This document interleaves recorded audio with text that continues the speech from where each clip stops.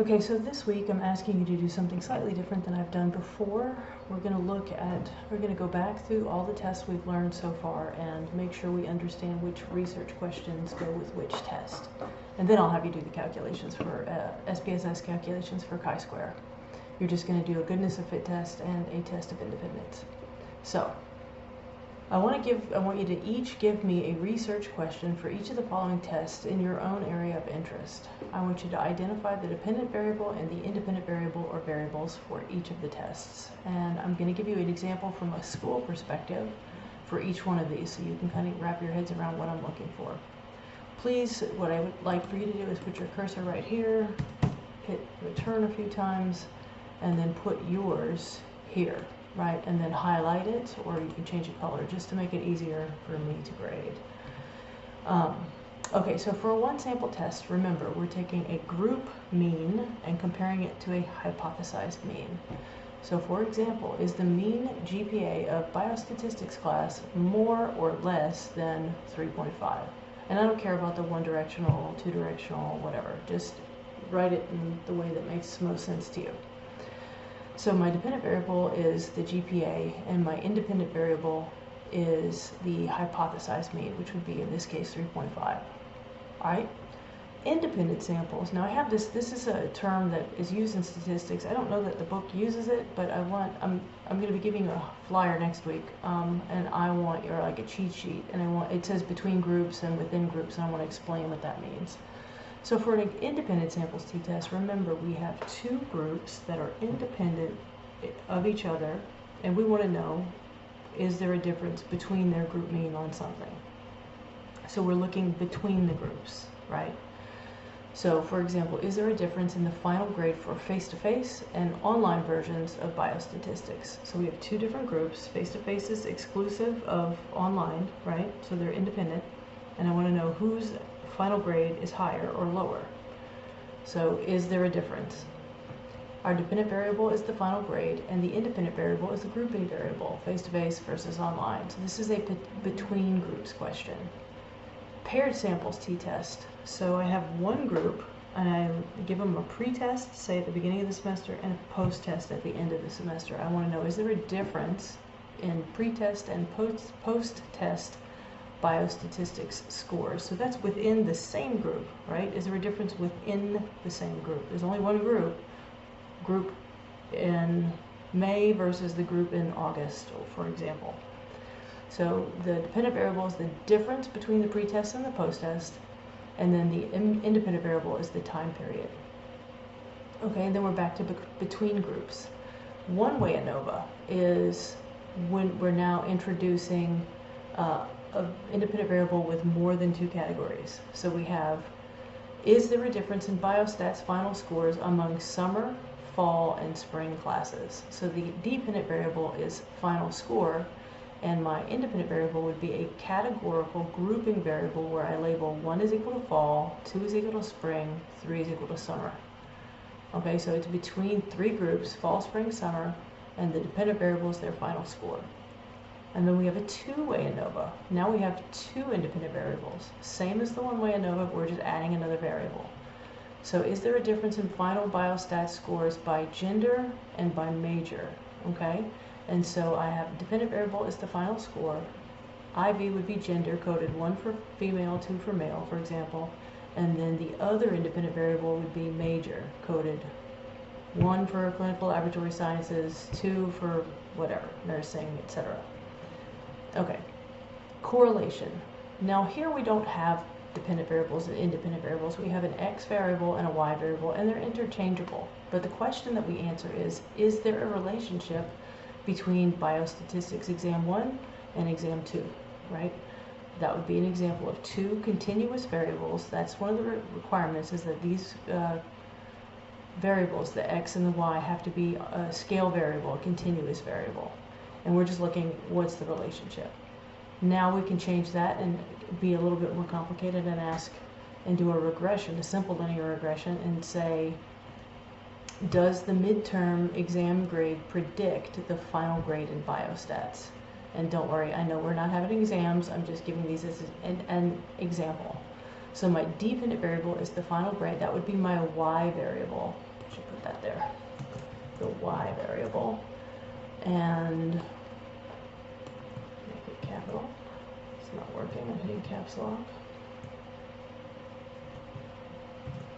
And then the midterm grade is the x variable.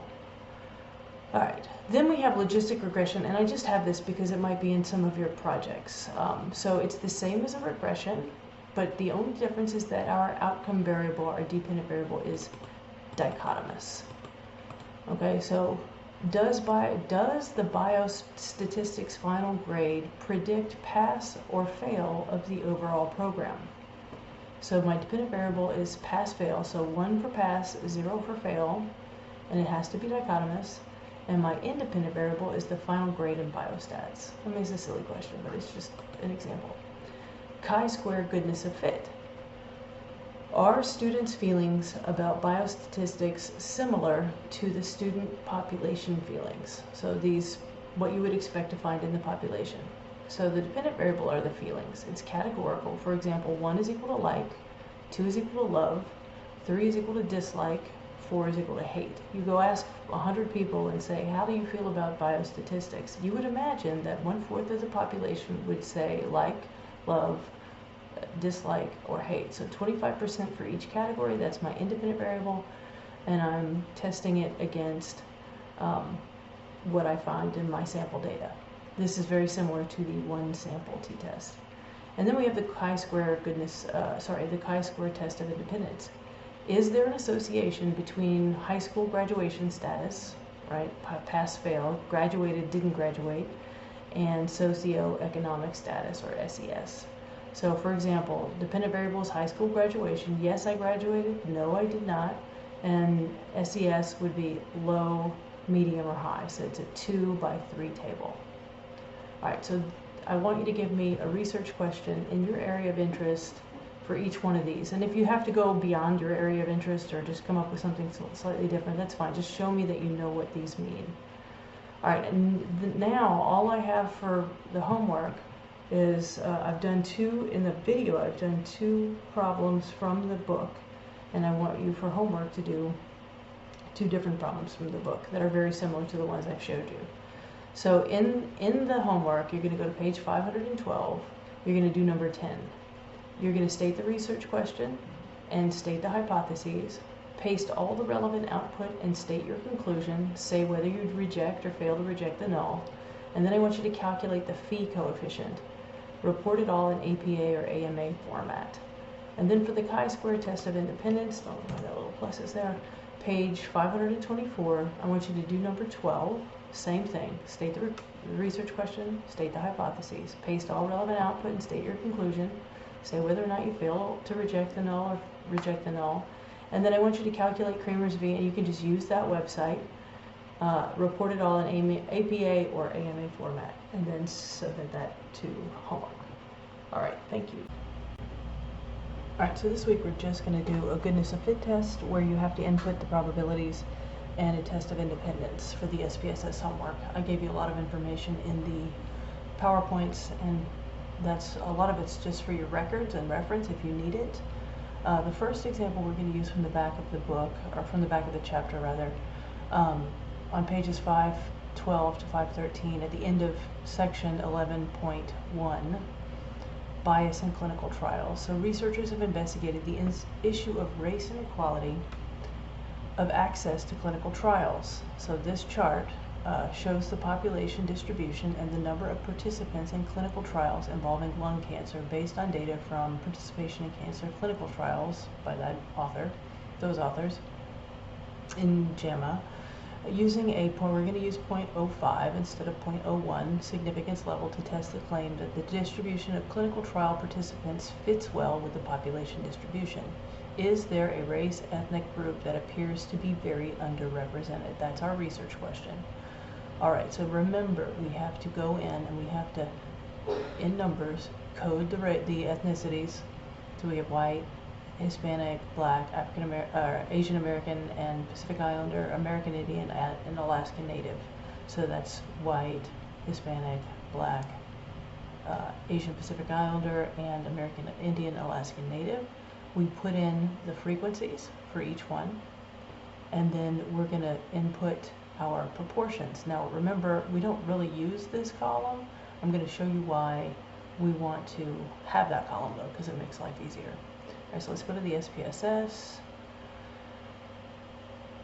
This is the one I want. Okay, so I would go to Analyze. I'm going to go to Non-Parametric Tests, One Sample. I get this dialog box. Let me reset it all. I want to customize analysis.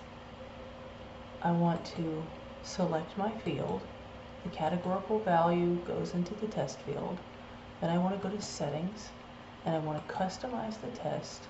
And I'm using this chi-square test, so it's the second box. I click Options. I click Customize Expected Probability.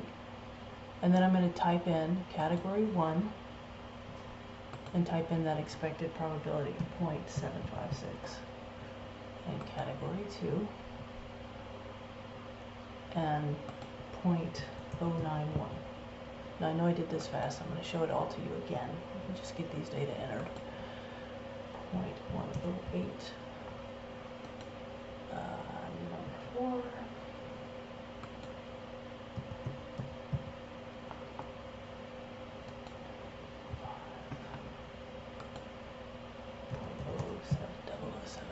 I'm going to say okay. So let me go back. So when we first go to Analyze, Non-Parametric, One Sample, I click there, this box pops up. This is automatically filled. I want to customize, so I say Customize Analysis. Then I just go to my next tab. All of the variables will be here, and I want to take my nominal variable and bring it to the test field. I do that, and then I click the next tab. This will be highlighted. I hope I haven't erased everything I just did. And then I'm going to customize tests, click Compare Observed Probabilities to Hypothesized, and we're going to use the chi-square test as the second tab. I click Options, and then from these data, this is why I want to do it from the data page rather than the output page, because then I could just see them right there. I go Category 1, so that's the white group. The proportion is 0.756. Okay, so I have to type it in and do that for all of those. Then I say OK, and let's click Run. Alright, so this is what we get. We get reject the null hypothesis. Okay, so what was my question? My question was, is there a race, ethnic group that appears to be very underrepresented? So my null hypothesis is that there is no race or ethnic group that appears to be very underrepresented. And my alternate is that there is a racial group that is underrepresented. And so we reject that null. There is a racial group that is underrepresented. We have a total of 4,297 subjects. We've got a massive chi-square test statistic. Our degrees of freedom are 4, and our p is less than 0.05. It's less than 0.01 too. So then we're going to kind of look and say, well, which races are underrepresented? We see that whites are overrepresented because the hypothesized value is red and the observed value is blue. And so we have white people are getting represented in clinical trials more than they should compared to the population. We see that Hispanics are less than half of the expected value, so that's a group that is being underrepresented. We see that blacks are underrepresented, but this may or may not be statistically significant. And then we would have to go and look at residuals, but we can't really do that in this particular dialog box. And then we have Asians, which are less than half of the expected value. So based on these data, we would say that Hispanic, potentially black, and Asian and Pacific Islander are underrepresented, where Native Americans are pretty close to the expected value. Okay, next we're going to, not that one. Okay, so let's do the test of independence. On page 523, number 10, This table below, we're talking about lie detectors. This table below includes results from polygraph lie detector experiments conducted by these researchers. In each case, it was known if the subject lied or did not lie, so the table indicates whether the polygraph test was correct. We're going to use a 0.05 significance level to test the claim that whether a subject lies is independent of the polygraph test indication. So the question is, our research question is, do the results suggest that polygraphs are effective in distinguishing between truths and lies? So our null hypothesis is that polygraphs are not effective in distinguishing between truth and lies, and our alternate is that polygraphs are effective in distinguishing between truths and lies. Now this is the contingency table, and here's how we set it up. So we've got 1 and 1, so we have 1, so that's the polygraph test indicated that the subject lied. We're going to go across. We need 2 rows for this, 1 row for no, 1 row for yes. And then we have a polygraph test indicated that the subject did not lie, and we need a row for no and a row for yes. So this is no, yes, and this is row 1, row 1, row 2, row 2. Okay, so let's go to the SPSS. Now I go to analyze. Nope, first I have to do weight the cases. So I weight the cases. Let me bring it over. And I have to tell it weight cases by frequency. And I say okay. And my output is over here. Okay. So now, this one it doesn't matter because I'm not typing in proportions. I can go analyze, descriptive statistics, come down to crosstabs. Reset that. Alright, I want my rows to be the polygraph results, and I want my columns to be the truth. I'm going to click statistics, and I'm just going to choose chi-square, say continue. I'm going to click cells, and I'm going to add expected and percentages. I'm going to say continue, and then I'm going to say okay. Alright, so what do we have here? Here's our case processing summary. Here's our contingency table with the extra things we asked for. Alright, so we had 15 and we expected 27. We had 42 and we expected 29. We had 32 and we expected almost 20. We had 9 and we expected 20. So we come down here and we see that we have a massive chi-square value, and we see that we are less than 0.05. So our null hypothesis, go back, that polygraphs are not effective in distinguishing between truth and lies has been rejected, because we have a significant, well, I should show you here, the significant finding, and we can say that polygraphs are effective in distinguishing whether or not someone lied. Okay, and that's how you do those in SPSS.